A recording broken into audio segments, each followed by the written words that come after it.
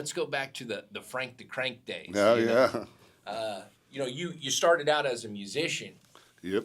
And and you do that for so long until you have, a couple of kids and a family, and then you realize that, maybe touring isn't what I should be doing, right? So you got into the industry side of things. And that's really why I wanted to have you on today. It's so interesting talking to you, and you mentioned something the other day that it will stick with me forever.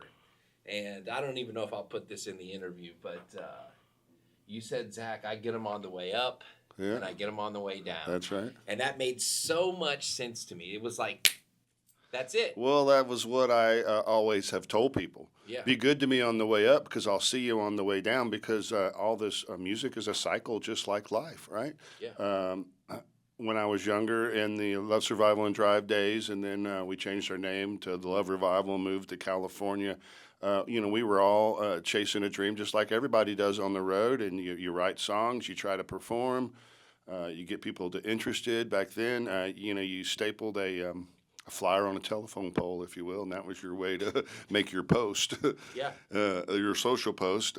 Socially, it was a lot of, going around and meeting other girls and getting people involved, because we learned real fast if girls came to see us play, we would fill the room up because guys would be chasing them. Yeah. And so after being in Los Angeles and tired of chasing the carrot, I was really a broken man. I was getting divorced. My wife that I just had married, had a kid with, basically didn't go with me to California, and so that kind of hurt. And just being there for a while right after the Northridge earthquake, things had definitely changed than what they were in the 80s. I always felt like I was a little too late on the ladies, even coming in the middle of it, but in the heyday.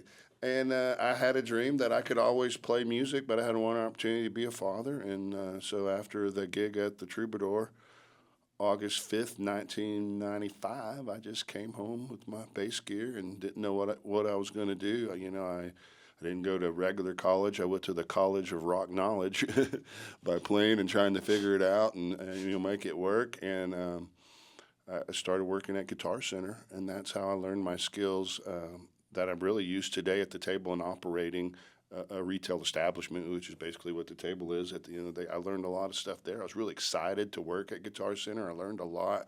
And back before they were a public company, they really trained their salespeople. It was serious. You just didn't get a job because you walked in. You had to learn and pass tests, and they had I found it really easy, So I started working there in September after I left in August, and I became like the top salesman of the store. I broke the record in December. They handed me keys as a manager in January, and I'm like, whoa. But working retail is really hard. You always have to work when everybody's off. Yeah. All the holidays, all the weekends. And by that time, I had 3 young daughters. They were like in elementary school, and I was dropping them off one day because I'd always close and go in about 1 and have to work until 10. And she goes, "You got to work tonight, Dad?" "Yeah." She goes, "Well, I'll see you in the morning." And I said, "Okay." And then my friend that I played drums with, Mitch Whitner, he was working at Southwest Wholesale, the music company off of 6775 Bingle, it used to be.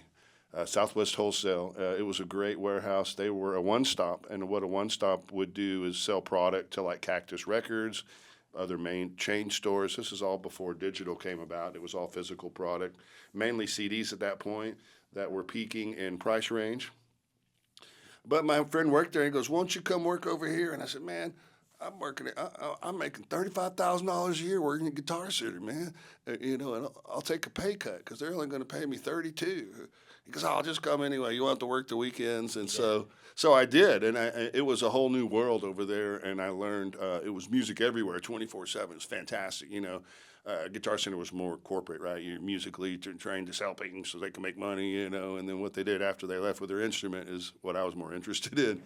And so just selling the records, and they were real. Southwest Wholesale, Robert Gilliman, God rest his soul, he passed away last year. He was a great man, helped so many rap artists from here, DJ DMG, Little Troy, Fat Pat, South Park Mexican, Baby Bash. All of those guys were huge at Southwest, making their own records independently, similar to what the Texas guys are doing today. Right. And I was fascinated by that. They also sold a lot of Tejano music the same way. And I first started working in the marketing department, cold calling stores, trying to get them to buy from our catalog. And then I noticed when we would sell them stuff, when I sold major label product, the company didn't make very much money at all. But when we sold a distributed product, they made like 30%. It was huge. It was a lot different. And so I just started focusing on that and realizing, wow, this is pretty cool. And then I had another dream that said,